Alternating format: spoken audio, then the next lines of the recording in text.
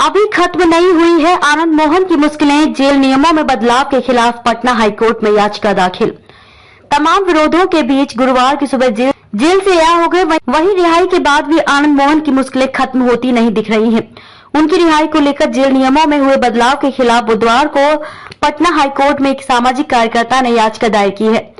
Patna high court में बिहार सरकार की ओर से जारी उस अधिसूचना को निरस्त करने के लिए लोकहित याचिका दायर की गई है, जिसके तहत बिहार कारागार नियमावली 2012 के नियम 481 के भाग फर्स्ट का में संशोधन कर ड्यूटी पर तैनात लोक सेवक की हत्या वाक्य को हटा दिया गया। इस लोकहित याचिका को सामाजिक कार्यकर्ता अमर ज्योति ने अपने अधिवक्ता अलका वर्मा के माध्यम से दायर किया है।